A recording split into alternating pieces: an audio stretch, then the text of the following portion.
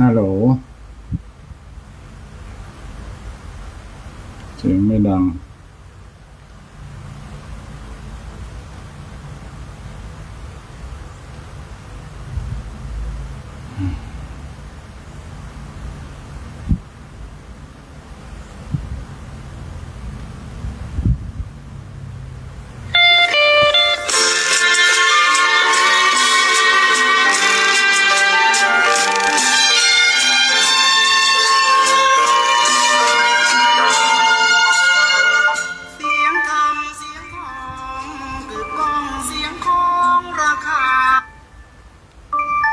พระสถาท่านสาธุชนเมื่อกี้เสียงมันขาดไปนะเริ่มต้นใหม่ก็แล้วกันเสียงมันขาดไปเพราะว่าอินเทอร์เน็ตอาจจะมีปัญหาเนาะอาจจะมีปัญหาที่อาตมาภาพนี่แหละเนาะอาตมาภาพได้อู้ถึงว่าเรือนสามน้ำสี่ซึ่งเป็นช่วงแรกของรายการที่นำมาฝากคำว่าเรือนสามน้ำสี่นั้นคือโบราณเขาว่ากันเป็นแม่ยิงถ้าจะให้งามถ้าจะงามเพียบพร้อมนั้นจะต้องมีเรือนสามน้ำสี่เรือนสามน้ำสี่นั้นมีอย่างพ้องพ่อแม่สถาท่านสาธุชนพุทธบริษัททั้งหลายเรือนสามน้ำสี่นั้นบอกว่าจะผ่านมายุคสมัยไปกี่ร้อยปีในเรื่องของผมเนี่ยเรือนที่นี่ก็คือเรือนผมบอกว่าจะผ่านไปยุคสมัยกี่ร้อยปีผมเขาไม่ยิงเป็นหนึ่งในความงามของผู้หญิงเสมอเพราะฉะนั้นความสำคัญของเรือนผมก็คือให้จะต้องดูแลผมเผ้าดูเงางามสะอาดเรียบร้อยเก็บเกล้าให้เข้าที่อย่าปล่อยให้กระเซาะกระเซิงเป็นยายเพิ่มเด็ดขาดวิธีดูแลความสวยงามเส้นผมของแม่หญิงสาวสมัยใหม่นั่นก็มีมากมายหลายแบบบางคนก็สระผมกุวันบางคนก็สระผมวันเว้นวันก็แล้วแต่สภาพหัววันหนังศีรษะหรือว่าจะมีสตังนักตังน้อยที่จะไปทำสปาผมหรือว่าทรีทเมนต์หรืออบไอ้น้ำเนี่ยเนาะอันนี้ก็เป็นที่การดูแลเรียนผมที่ต้องสะอาดสะอ้านสละสลวยเรือนที่สองก็คือเรือนกายทนายนอกจากผมจะต้องสวยงามแล้วผิวพรรณและส่วนต่างๆของร่างกายก็ต้องดูแลให้สะอาดเนาะดูแลให้สะอาดสุขภาพก็เช่นเดียวกันต้องสะอาดสุขภาพก็จะต้องดียิ่งเมืองไทยบ้านเฮาเป็นเมืองร้อนเหงื่อใครไหลย้อยกันเป็นว่าเล่นเพราะฉะนั้นแม่หญิงอยากให้กึดดองเก็มตัวเก่าเด็ดขาดคือมันอาบน้ำอาบท่าทาแป้งพรมน้ำหอมและแต่งกายตัวเองให้ดูสวยงามตอนนี้ก็มีครีมบำรุงผิวเซรั่มและก็มอยส์เจอไรเซอร์เยอะแยะไปเมื่อเลือกสรรก็ยอมแบ่งปันเงินสักหน่อยไปซื้อมาบำรุงผิวพรรณอันนี้ก็เป็นสิ่งที่ควรจะทำเรือนที่สามก็คือเรือนชานเรื่องนี้ก็ถือว่าสำคัญก็หมายถึงบ้านเรือนที่จะอยู่อาศัยจะต้องสะอาดสะอ้านหูจักเก็บกวาดและหูจักของให้เข้าที่เข้าตางบริวางระเกะระกะจนเตียวลำบากห้องนอนห้องครัวห้องน้ำต้องทำให้พอสะอาดตากินข้าวกินน้ำเสร็จก็ต้องเก็บต้องล้างให้เป็นระเบียบเรียบร้อยบดีตั้งวางทิ้งไว้หมดหนูแมงสาบมาไต่ตอมเยี่ยมเยียนเป็นอันขาดอันนี้ก็เป็นสิ่งสำคัญอย่าจมละลายบ้านเรือนจะต้องสะอาดสะอ้านเวลาขึ้นไปบ้านทหารห้องหอบ้านเรือนสะอาดสะอ้านนี่มันก็จะนึกถึงแม่บ้านเนาะหรือว่ามีหญิงที่อยู่ในบ้านนั้นแต่ถ้าว่าบ้านใดไปที่ครัวแล้วไปหั่นมีดนี่คมนี่นะมีดลาบจิ้มกับมีดอย่างก็ตามเนี่ยมันคมก็แสดงว่าพ่อบ้านนี้มีความขยันหมั่นเพียรมันฝนมีดฝนอย่างเนาะนี่ก็คือการพอเนี่ยไม่ยิงก็ใจ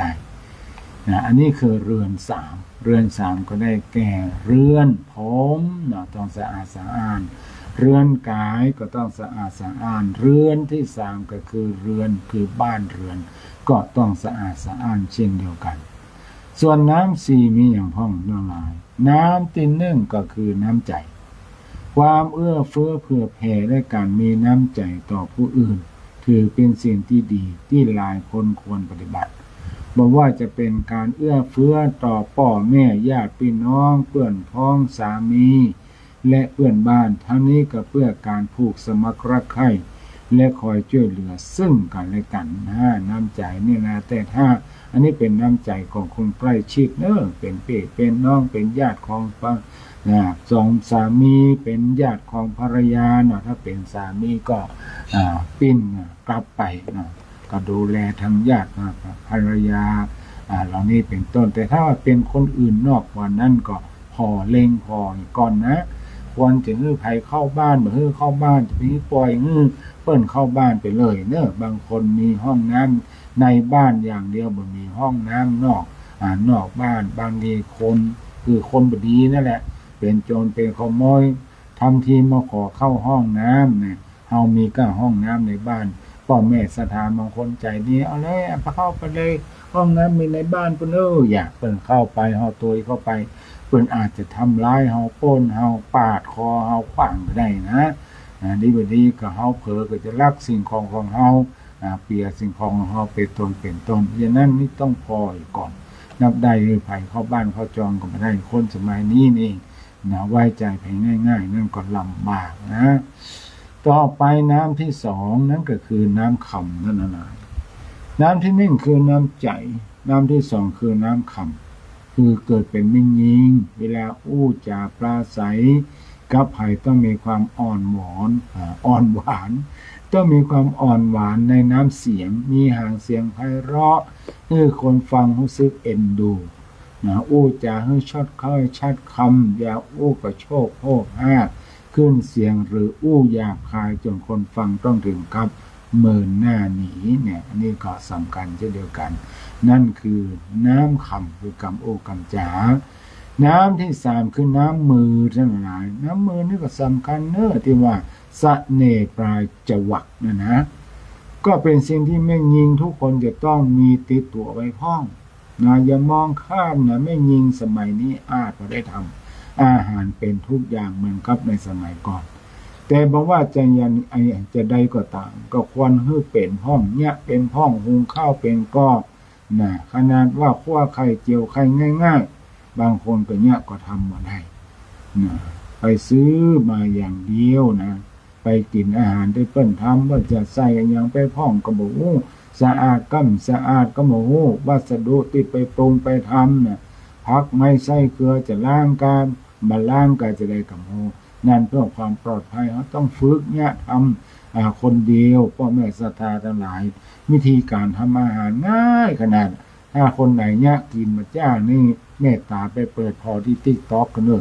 ไปเปิดพอที่TikTokกันท่านนี้อย่างกินยำหน่อสมมติยำหน่อไร่ใส่น้ำปูอย่างกันหรือว่าแกงบะฟักมนใส่จิ้งไก่แกงผักขาดใส่จิ้งไก่ลาบหมูลาบไก่ลาบอย่างก็ตามจะเป็นลาบอีสานลาบว่าอาหารภาคใต้แม้แต่อาหารของต้องจะลดไปกรรมและญาติโยมทั้งหลายทำท่าเหมือนก็จะลดไปกรรมเพราะว่ามันเชื่อมต่อจ้าเป็นบอกจะอันก็อาตมาภาพก็มาจูอินเทอร์เน็ตนั่งอยู่หิมอินเทอร์เน็ตไปพออาศัยอินเทอร์เน็ตเสียบเข้าคอมแบบซ้ำเนี่ยบ่ได้ผ่านในอย่างสิอย่างมันก็ยังจะลูกขาดอยู่ลูกพุดอยู่อันนี้คือการทำอาหารมันจึงจะมีหลายสูตรมันจะเสนอเราพอเราจะหันวิธีทำหมดตั้งขั้นตอนใส่พริกใส่เกลือใส่อย่างใส่กินเม็ดเป็นบอกไม่หมดล่ะไม่อาจจะใส่พิษใส่ถูกบางทีบางครั้งในสมัยก่อนเราเอาโคกมาตำป้องปอกบางคนก็ตำดังบ้งบางคนก็ตำค่อยโคกมีตึงหินโคกโคกมีตึงไม้ตัวถ้าไปเปลี่ยนโคกไม้เท่ามีโคกหินเนี่ยคือไปซื้อเอาศาสตร์หินมา เอาสากหินมาตำโคกไม้นะอันนี้จะเลือกง่ายถ้าเอาไม้ต่อไม้นี่มันนานเลือกตั้งอะไรนะสากหินนี่มันมีขายตามที่เป็นว่าสินค้าราคาถูก20 บาทเลยนะแต่เพิ่งขาย100 บาทกันนะสากหินเนี่ยมาตำกับโคกไม้ก็ได้นะแต่ถ้าง่ายๆก็คือใจเครื่องปั่นนี่นะมันบดดังแล้วมันก็ละเอียดง่ายตัวแต่หลายคนมีปัญหาเกิดใจโคกมาตลอดกะง่ายขนาดเลยเมื่อก่อนใส่เครื่องปั่นกะบะจ้างใส่บะจ้างจริงๆแล้วมันก็ใส่อย่างเก่าเนาะบางคนเอาไปใส่โคกเลยก็หรอกเอาพริกเอาเกลือเอาหอมมันยังใส่โคกเลยก่อนต่อจากนั้นก็เลยพริกเอามาเทใส่เครื่องปั่นเอาน้ำย่อยน้อยปั่นโซ่กำเดียวละได้ละ ได้ละท่านอะไรมันง่ายมันสะดวกสบายในสมัยนี้เนาะอันนี้ก็คือน้ำมือนะเสน่ห์ปลายจวักนะคือเวลาไปบ้านใดเนี่ยกินลำแต้เนาะมีไอ้เนี่ยกินลำน้อยอีน้องนี่เนี่ยกินลำเนาะจะอันจะอีบางคนก็บอกมาชมออกทางปากบางคนก็กึดไว้ในใจเป็นต้นเนาะในเรื่องของน้ำที่3น้ำที่4คือน้ำคือน้ำใจนี่แหละท่านหลายเนาะน้ำใจเบอร์น้ำใจน้ำกินน้ำใจทั้งหลายทั้งปวงเนี่ยก็อย่างให้มันขาดก็แล้วกันเพราะว่าคนสมัยโบราณว่าบ้านถึงก้นถึงปากถึงน้ำคนสมัยโบราณเนี่ยเป็นต้อนรับแขกก้นถึงปากถึงน้ำสมัยนี้ก็ไปซื้อน้ำเอาแช่ในตู้เย็นไว้เนาะบางทีเขาก็ถ้ามีความพร้อมหน่อยอาจจะมีกระติกน้ำจะต้องชงกาแฟกันก็เตรียมไว้ในสมัยนี้ก็นิยมกินกันหรอกกาแฟมาไปแต่ไหนมันก็ร้านกาแฟในป่าในดอยท่านไหนมันน่าจะมีก็มีนะร้านกาแฟตรงวันนี้ร้านกาแฟบางร้านเนี่ยคนหลายตลอดไปไม่ได้กับคนเต็มอึดเนี่ยโมโหว่าเปิดจะได้ขนาดไหนเนาะอ่านแล้วก็ดีใจก็เปิดตัวเนาะอันนั้นก็เป็นความสามารถของใครของมันความสามารถในการแต่งห้านความสามารถในการสื่อสารให้คนหลายได้หูบางคนบางท่านนี่อยู่ถึงต่างประเทศนะแต่ว่าได้จับจองที่นั่งเอาไว้ก่อนจะไปกินวันนั้นจะไปดื่มวันนี้เลยนะอันนี้ก็เป็นความสามารถของใครของมันอันนี้ก็เป็นเรื่องของเรือน3น้ำ4เรือน3นี่อย่างพ้องนั่นก็คือเรือนผมเรือนที่2คือเรือนกายเรือนที่3คือเรือนคือบ้านเรือนส่วนน้ำ4ก็คือน้ำใจน้ำน้ำคำน้ำมือคือการทำอาหารและสุดท้ายก็คือน้ำกินน้ำใจนี่ก็ฝากไว้กับพ่อแม่ศรัทธาโดยเฉพาะที่เป็นอุบาสิกาหรือว่าเป็นแม่หญิงญาติโยมสาธุชนพุทธบริษัททั้งหลายตามเกณฑ์นั้นวันนี้เนี่ยธรรมาภาพจะต้องเทศทำกำเมืองเนาะเรื่องนกเขาคำในผูกที่2หน้าเขาคำไม่ใช่นกเขาคำหน้าเขาคำเนี่ยตะกี้ธรรมาภาพก็ได้ฟังท่านอาจารย์มหาเอกพลได้เทศผูกแรกไปเป็นที่เรียบร้อยพร้อมสรุปเรียบร้อยแล้วพอดีธรรมาภาพก็ได้รับธรรมมาจากแม่น้อยเปิ้นเป็นเจ้าภาพตาลทำ14-15ผูกหน้าเขาคำธรรมาภาพเทศโดยอย่างนั้นก็คงจะต้องเทศอาตมาก็เทศท่านมหาเอกพลก็เทศก็เป็นการฟังซ้ำกันไปซ้ำกันมาบางคนก็ฟังแล้วมันปฏิปต่อกันเนาะมันจะได้ต่อกันไปเนาะของธรรมาภาพนี่มันเมินอาจจะเทศเตื้อพออาจารย์มหาเอกพลนี่มันพูดเพิ่งจะเทศเห็นเพิ่งเปลี่ยนให้สมณเณรเทศห้องตัวเก่าเพิ่งเทศห้องแต่อาตมาภาพนี่คงจะเทศเดียวแต่ว่าคงสัปดาห์นึงอาจจะเทศผูกเอวก็ได้เนาะก็ลองฟังกันไปบางคนบางท่านนั่นก็เป็น FC คือฟังแต่อาตมาคนเดียวก็มีบางคนบางท่านก็ฟังแต่อาจารย์มหาเอกพลคนเดียวก็มีเสียไปน้อยถ้าอาจารย์มหาเอกพลฝากไว้หน่อยถ้าอาจารย์มหาให้จบรายการเจ้าไปหน่อยทำให้มันว่างไว้ตะกี้นะว่างไปเป็น10 นาทีพุ่นคือจบรายการเจ้าลงไปสถานีก็เลยว่างไปเนาะอันนี้ก็คือจบเป็นตรงเวลาหน่อยก็แล้วกันเอาละท่านทั้งหลายพ่อก็ไม่ดังอยู่เนาะ แต่มาภาพจะได้เทศธรรมเทศนาหน้าเขาคำผูกที่2จบของนี้วันนี้เนี่ยตอนนี้เวลาล่วงเลยมา 26 นาทีแล้วเนาะ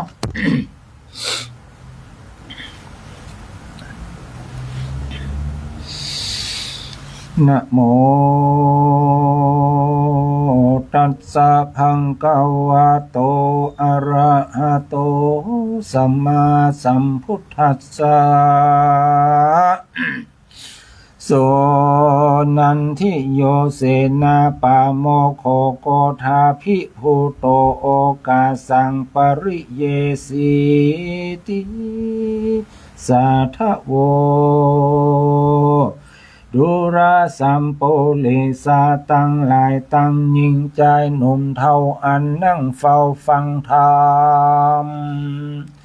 จงจักดาจำติดต่อบทบาทคอบาลีนิยายมีไปแจ้งพระจิงแสงเทศนาวาโสนันทิโยเสนาปาโมโคดังนี้เป็นตนที่สืบสนตยไปจุงแปลงใจจืนจอยฟังเรื่องถอยยาววาไวยาวใหญ่เราจักไข่กล่าวจีเฮแจ้งที่ตามมีบัดนี้แหละนาโสนันทิโยอันวานันทิยะผู้เท่าเสนาเก้าเวียงใจโกธาในบ่เหือดร้อนไม่เดือดเครื่องขี่กาตำดีไปนอกยอบ่เจ้งบ่ความในบาราปาเอาใส่ใจลูกเต้าไปไว้เจ้าอุปาลาจาจุวันมาจะใจดังกล่าวไว้หนหลังย้อนกึดหวังใครนาวเอาหน่อเต้าเป็นเคยกึดเหมือนเฟยกิ่งไม้นาหักหล่นได้ยามลมย้อนหล่นทมปืนเก่าดังกำเก่ามีมาว่าพญาปิ่นกล่าวรักคนเฝ้านาแน่นกันเครือเขาวันไม่ตนอยู่ไกลบังเงาใจงามเหล่าอุปถากับนางนาสุนทรีดังเล็กดีตีแผ่เมื่อยอมแก่หินโคมปัดยอมสมใจไฟเกิดไฟไตตันตาคุณเสนาผู้เฒ่ารู้เงื่อนเก้าโอมบายจึงคงภายบอกขาดไปไวอุปาลาดตึงวันก็มีหันแหละนาโสปานาโสมาทัตโตราชาสนวาพัญญาโสมาทัตยศใหญ่เป็นเต้าใหม่เต้าใหม่เสวยเมืองแต่นบุญเรื่องตนป้อปางติดบัตรต่อตามธรรมบ่มัวดำกลาหยาบบ่ขนาบราวีทัศธรรมมีบ่ขาดตามบทบาทโบราณสละตานจะใจรักษาศีลไว้กับตัวบ่เมามัวประมาทละเว้นขาดอกุศลสายน้ำฝนหลังตองไว้เขตต้องลาจะธานีถึงเกิงเดือนมีมาไฟฝนหาใหญ่ลงมาโปจนาลายแลลูกไม้แผ่บัวรำวนของไร่สวนบ่ไรจุมไร่ไตเจยบานสาธุการสาวาตันเต้ามีบุญเทวดานุนต้องตุมเทวดานุนทรงตุมฮือเมืองจุ่มเย็นใจจุ่มคนในไพร่น้อยไข่ก่าวถอยยอกุลยังเต้าตนบุญยุดใหญ่หูแจงควายเด่นไกลก็มีหันแหละนาส่วนอุปาราชาน้อยนาดอยู่ภาษาหอจันยินเสียงนั้นเล่าสาวว่าเจ้าพี่เต้ามีบุญเทวดาหนุนทรงอยู่เฮินได้อยู่เจยบานสุขสำราญน้อยใหญ่น่าเกิดขึ้นควายราชตานีย้อนป่าละมีพี่เต้าเจ จักหนอนนาวปามาอุปปลาจาหนุ่มนาวฟังกำเล่าจาเมืองมีกำเครื่องลายแหลกูทาแผ่ไปในว่าสันใดไพรตายตั้งน้อยใหญ่ยิ่งใจในปักหมายกล่าวอ้างแต่พี่เจ้าจังใจเดียวบ่กึดเหลวคันนิ่งสอดบ่จารอดตัวกูเต้าบุญจูผู้ปีได้นั่งตีเป็นคนกูมาลุนเป็นห้องในนั่งห้องอุปลาจาจุวันมาคำเจ้าจุ้ยพี่เจ้าจุอันอ่อนเขาก็หันก็หูปล่อยบ่โอจาเติงบ่ร่ำเปิงเกิดขวาดเขาประมาทกูลายกันกูบ่ตายความนาได้เป็นเจ้าฟ้าห่อคำทันทกรรมอันใหญ่กูจักใส่ตกปั่นให้เขามันจุผู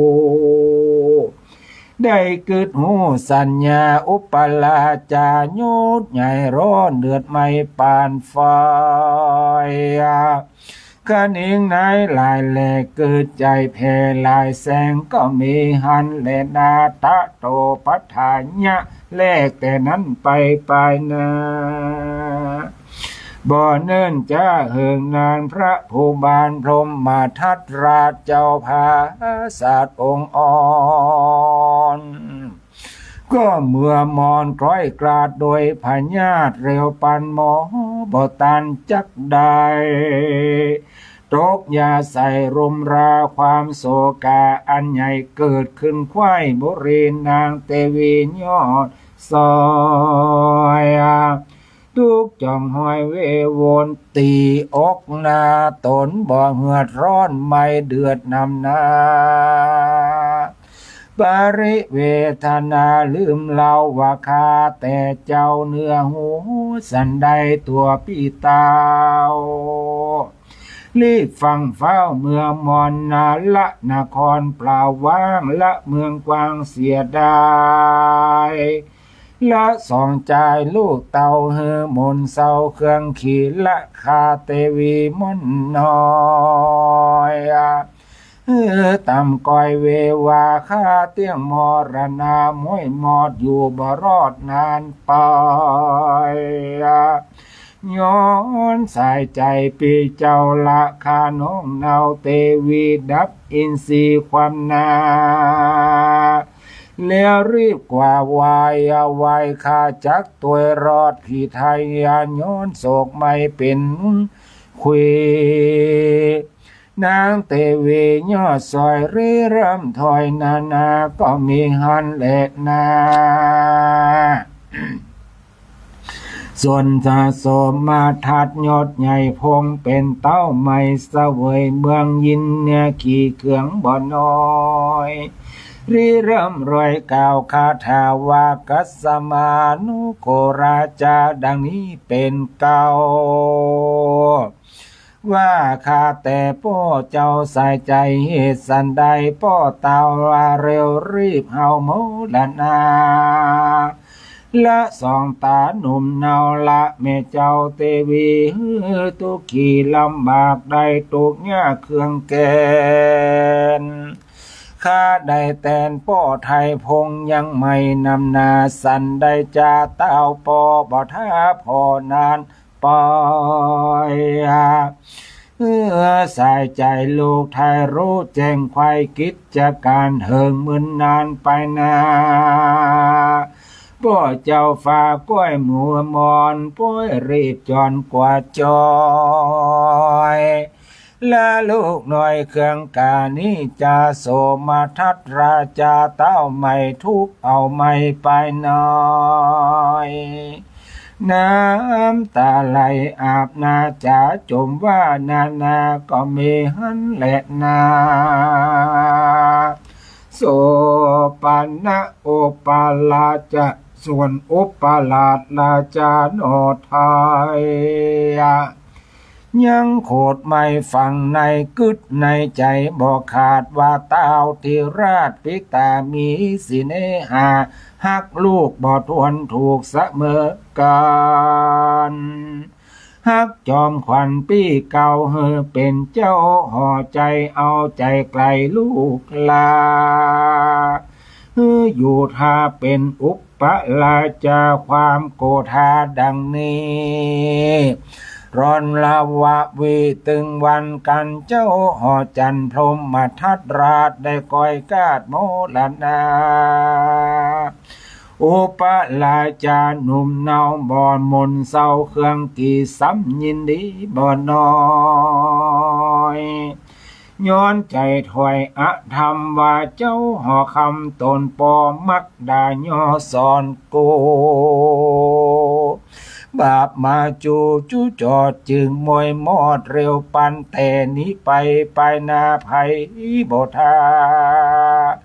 แม้จะพยายามมาจักนาสอนกูบ่อ่อนตามภัยหนอใจโอปาราชใจเฮาหาดพาลาบ่โศกามนเศร้าหันแม่เจ้าเตวีกับเจ้าปุรีปี้ไทยร้องรำไห้เรโรนแสงตีอกตนทะทาบเงียน้ำตาอาบตัวรอยก็มีหันเล็ดนากันความโศกาไม่มาดก้อยกลอยกาดเบาบางเจ้าห่อควางยศใหญ่คือเต้าไม่โสมาทัตราชาก็เฮสัญญาเป่าร้องไปทั่วห้องเวียงใจคนในไพร่ไตรู้เจงไข่จุคนโกละคนเยือกยาวเกิดไข่ดาวเมืองหลวงคนปันปวงน้อยใหญ่ร้องรำให้ยิ่งใจเหตุเสียนได้ป้อเต่าอันด่วนเฮาเมื่อมอนส่วนพระโพธรเต้าไม่กัน7 วันควายมีมาก็ฮือดาโตกแต่งตามปิมแป่งโบราณแล้วส่งสะการปอเจ้าตามรีดเก่าห้อยเดิมก็มีหันแหละนาสาปิปันนะเตวีส่วนนางเตวีย่อซอยตุกจองห้อยนำนาอะไรหาบ่แล้วตั้งเต้าตนแก้วควันผัวควันตุกมาปันบ่เหือดร้อนไม่เดือดวันคืน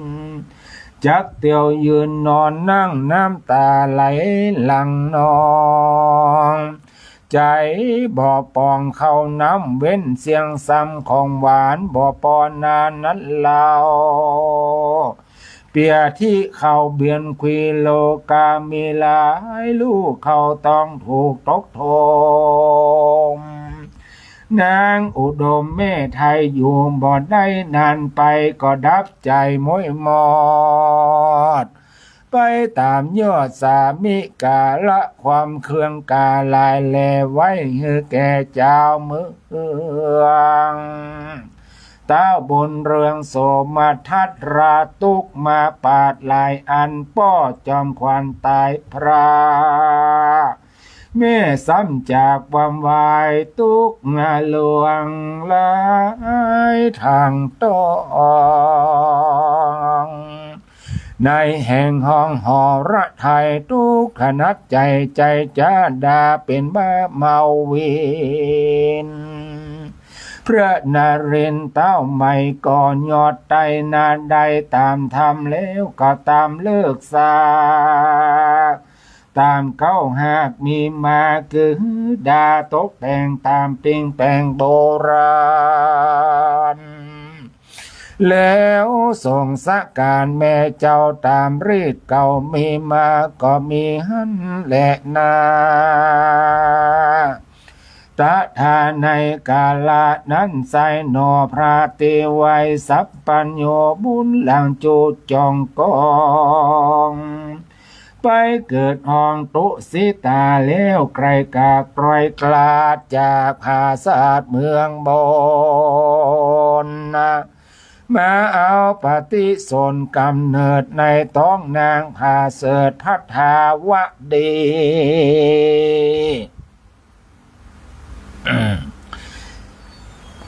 อันเป็นอาคารามเหสีร่วมข้างแห่งพระเจ้าจ้างโสมทัตราชายะธาและมิยาเมื่อใดดังอันตถาในกาลนั้นไสนางนาไทยอาคะมาเหสีนอนในราตรีดารงนางเต้าคงฟันหอนกวนอัศจรรย์ลายลากึดแต่หากยินควรนางมีตัวสายสั่นใจวันไหวเววากันสุริยารุ่งแล้วก็ไปหาเต้าแก้วผัวควันนาไข่กำฝันบอกกล่าวแก่เต้าตามมีก็มีหันแหละนาตะมาทังปากาเซนโตสัทธาอาหะสัทธาสัพปัญโยโยอดซอยหันบาถอยบาลีบทหลังมีไปแจงพระจิงแสงเทศนาวาตถาโพธิสัตโตตุสิตาภวเนอุปชิตวาดังนี้เป็นต้นภิกขเวนโดราภิกขุตั้งหลายอันเป็นสายอริยะเจ้าทุกคำเจ้าภาวนาตถาในกาลนั้นใสหนอพระติไว้ตะลงกุลบุญนำหนุนไปเกิดหน่อยจันฟ้าเลิศตุเสตาเหิงเหมือนมาแต่โสดพระไข่โพดฟูงคนจึงกั้นใจตนกลอยกลาดจากภาษาตุสิตาเลี้ยวลงมาบอดจาสู่แหล่งลาเมืองคนเอาปฏิโสนกำเนิดในท้องนางผู้พาเสดพัทาวดีราชบุรีร่วมข้างแห่งพระเจ้าจ้างโสมทัตราชายะธาและมีเมื่อใดดังอ่อนตถาในกาลนั้นใส่นางนาไทยเตวีนอนในราตรีใกล้รุ่งนางเต้าคุงฟันหันกวนอัศจรรย์หลายแหล่เปิงกว่าแต่ดิลีว่ามีจังแก้วขาวผ่องเพียวงามตาสยองมาจากฟ้าลงตัดหน้าหอคำนายองวงยองงวงนาตำที่ไกลพระบาทให้นางเมืองนางบนเรืองยุดใหญ่กำงวงไว้เร็วไวทัดนั้นไปบอดจามีพรานป่าดงดอนถือเอาหัวขัวถูถือของงอนนาสะวางขึ้นกี่จ้างเจียงคานพรานใจหันกลายหยาบเอาขอขนาบซักหัวจ้างยินกว่าร้องแสนแล้วก็เล่นหนีไปพรานจังไลตกตอดลวดม้วยหมอดวำวายเลือดเป็นสายลายเลไหลน้องแห่ปัทวีเลวหัตถีจังกลาก็ปอกหน้าขึ้นมาเอานางพญาโยดใหญ่ขึ้นขี่ไว้บนหลังร้องแสนดังมีกองสนั่นห้องเวียงใจนางตกใจสะดุ้งสติฟุ้งเววากันสุริรานาสุริยาลุ่งแล้วนางนอแก้วโมเนก่อไปอันจนเลน้อมไว้ซึ่งเต่าไทยสามิกา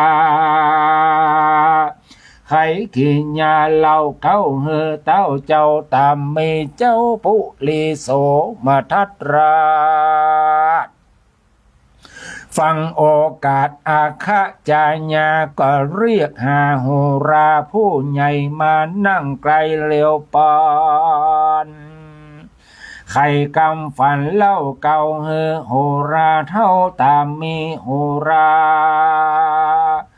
บอนเดผู้ใหญ่หูแจ้งไข่อาการย่อมือสานใส่กล้านบน้อมเล่าไข่กำบาคาแต่เจ้าห่อคำยดยาว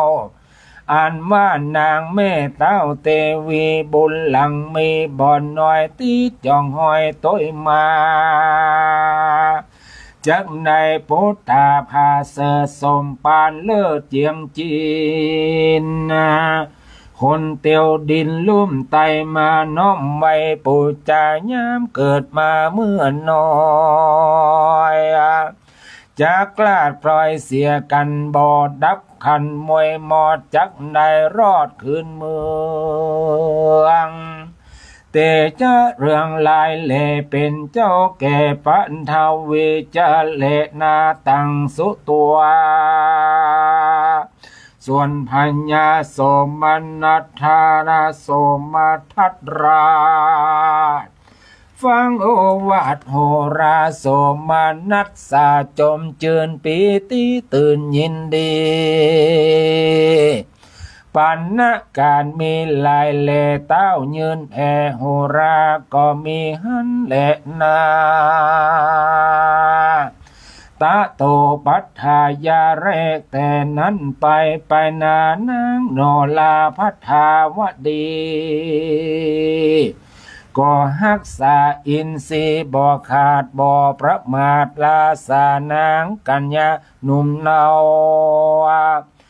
นางกัญญาหนุ่มเทาวังเวทเฝ้าเอาใจโลกาภัยใหญ่น้อย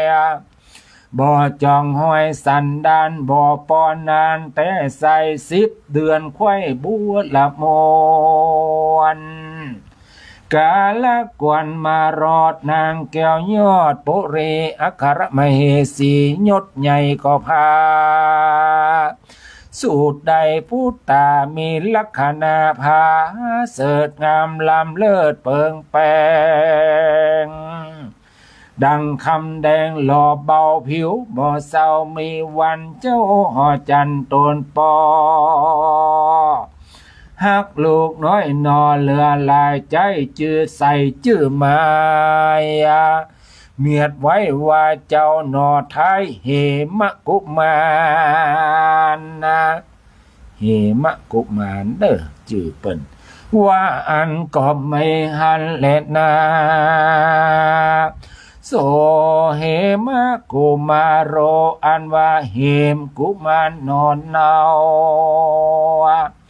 โอรสเจ้าพาราอยู่ตีขาจะใจบ่เมื่อยใครหนาวในโรกภัยพญาติบ่ต้องปาดอินทรี10 เดือนมีมาไข่เตียวย่างใดไปมาหูจ้างจากก่าวถวยลวกแต่น้อยเหลือคนนะพญาตนเป็นปอนางแก้วนอเตวีรักษาสีน้อยนาดบ่งเฮือกลาดสายตาจุมกัญญาหนุ่มเทาวังเวทเฝ้าเอาใจเขามีใจไฟห้อยหักเจ้านอนน้อยจุคนก็มีหันแหละนาที่นี่จากวัน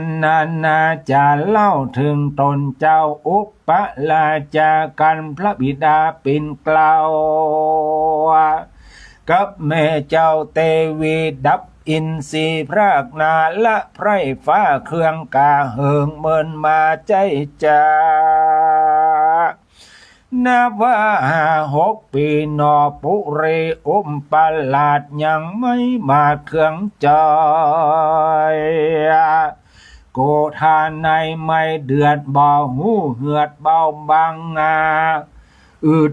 ครั้งจะใจคะนิ่งไขว้ไปมาว่าบัดนี้นาโปอตา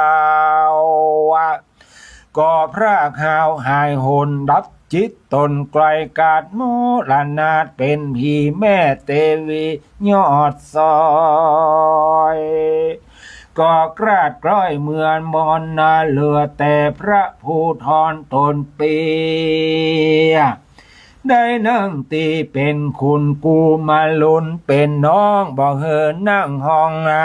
ป้อเฮินนั่งห้องอุปลาจาบัดนี้นาพี่เจ้าก็มีลูกเต่าเป็นใจมันเตี้ยงหมายมันแก่นเฮือแตนเต้นคำเหลืองสะเวยเมืองแตนปอก่อสร้างต่อยาวไปกู้ไม่ใจเกินไว้ว่าจากเป็นเต้าไทยสะเวยรมเตี้ยงบ่อสมไฟอ่างจักวิตวางเสียได้กวนกูคงควายอย่าจ้าได้เป็นเจ้าฟ้าเร็วปันนอจันอุปราชคะนิ่งขวาดลายแส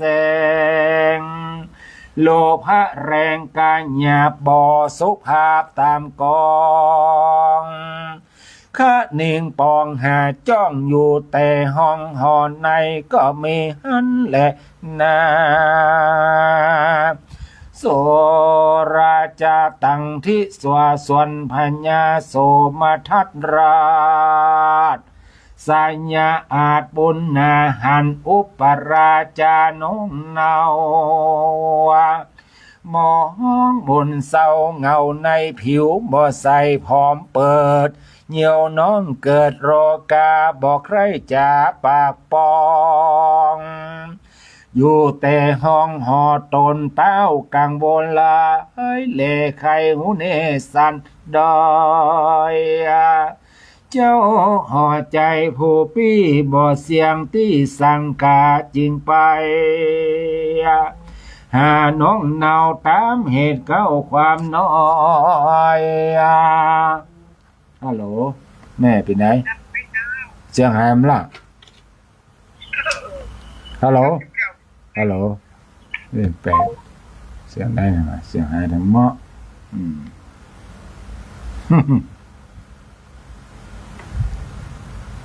ของเรายังดีอยู่นะเสียงหายทำแล้ว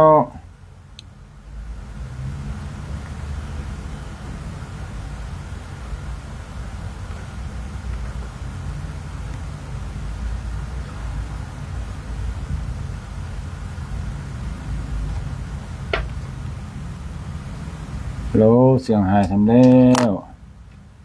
1 2 3 4 5 6 7 8 9 0ถึงไหนแล้วนาโสราจาตังทิสวาส่วนพญาโสมทัตราชยะสะอาดบุญอาหันอุปลาจาน้องเนามองบนเศร้าเงาน้อยผิวบ่ใส่พร้อมเปิดเหี่ยวน้องเกิดโรกาบอกใครจะปากปองอยู่แต่ห้องหอตนเต้ากังวลลายเล่ไคโรเนสันดอยเจ้าห่อใจผู้ปี้บ่เสียงตีสังกาจึงไปหาน้องเนาถามแต่เก้าความในว่าดูใส่ใจเฮยน้องปี้นาบอกรีเจยบานดูมองผ่านหลายดากบอกใครปากใครจะสันได้จะดังเอียขอกล่าวจี้ตามมีหรือสายบุรีน้องเนามองบนเสาคะดิ่งหายังปิตามารดาพ่อแม่อันตายแต่เมื่อนนานหรือสายผู้บ้านน้องจันนาคือสอดดันตังได้เรือมีภัยห้าวหาตังอามาเสนา ตั้งกัญญาหนุ่มเทายะเจ้าเครื่องขี่หรือว่ามีโรคร้ายติดเป็นปลายในตนหรือมีคนหยาบจ้ามาด่าว่าเตียนควันจุงไข่ปันบอกกล่าวหูข่าวตามเมดุราสายบุรีน้องปีจุงกึศทีตามราย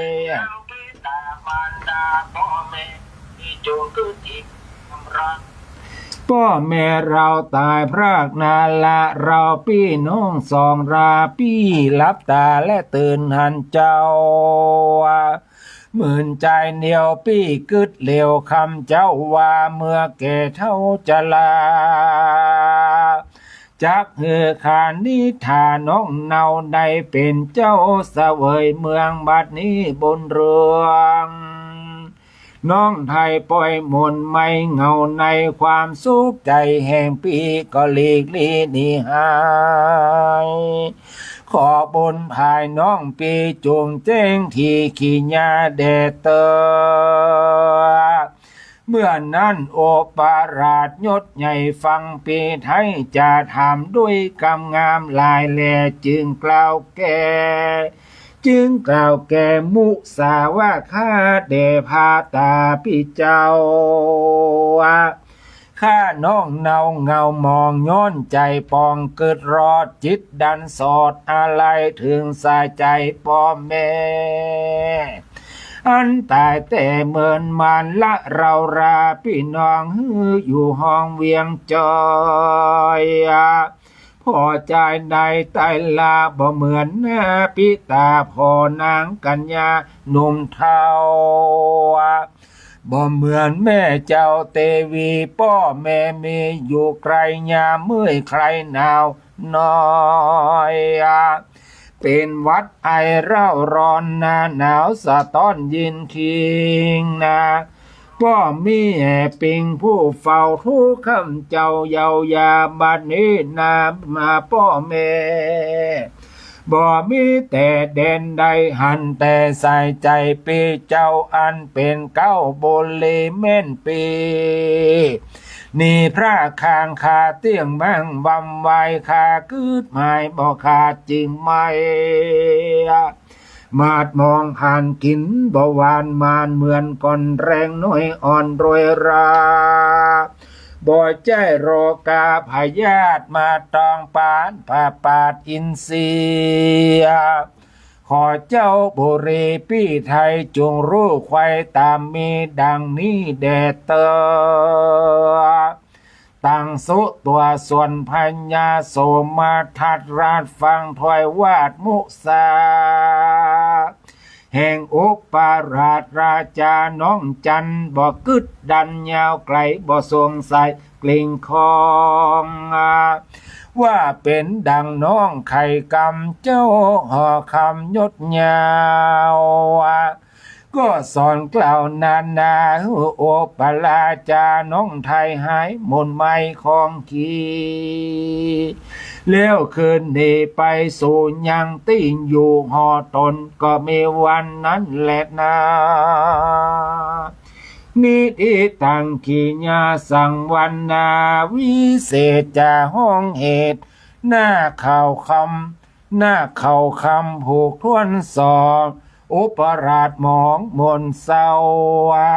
ใครเป็นเจ้าภาพาราจักสมหาธนาไฟหอยหรือกล้ากลอยวิทย์ไก่กันคนใดไข้หูจุงอดอยู่ดาฟังแดดเตอก็บังกมสมเรสเดชหมดเวลาหมดพอดีพ่อแม่ศรัทธาทั้งหลายก็คงยังบ่สรุปเตื้อเนาะก็ให้ไปสรุปชั่วโมงหน้ากันแล้วกันเพราะว่าเวลามันจะไปทับกันกับท่านอาจารย์พระมหาอำนวยเดี๋ยวท่านด็อกเตอร์อย่าตำหนิติเตียนอาตมาว่าไม่รู้จักเวลาอีกเหมาะเนาะเพราะฉะนั้นก็ขออนุโมทนากับทุกคนทุกท่านที่ได้ให้หองกับอาตมาภาพเรื่องของสลากตั้งต้นสลากที่จะทำบุญหาปัจจัย มาดูแลสถานีก็มีอัตมาภาพ 1,000 บาทแม่น้อยตลาดนัดบ้านดอน108 บาทคุณการมณีชัยวุฒิ100 บาทแม่เจียวกำเกี้ยว200 บาทคุณจันฉายอาหาร200 บาทคุณสิริรักษ์สิริรักษ์เล็กดีบ้านวังทานอำเภอสันกำแพงแถม100 บาทใครจะเพิ่มเติมก็โทรเข้ามาได้หลังใหม่หมายเลขโทรศัพท์0910797084 0910797084วันนี้ก็ลาลาทีเต้าอี้ก่อนจ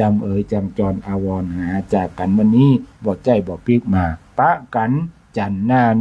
ด้านสาธุชนเจริญปอน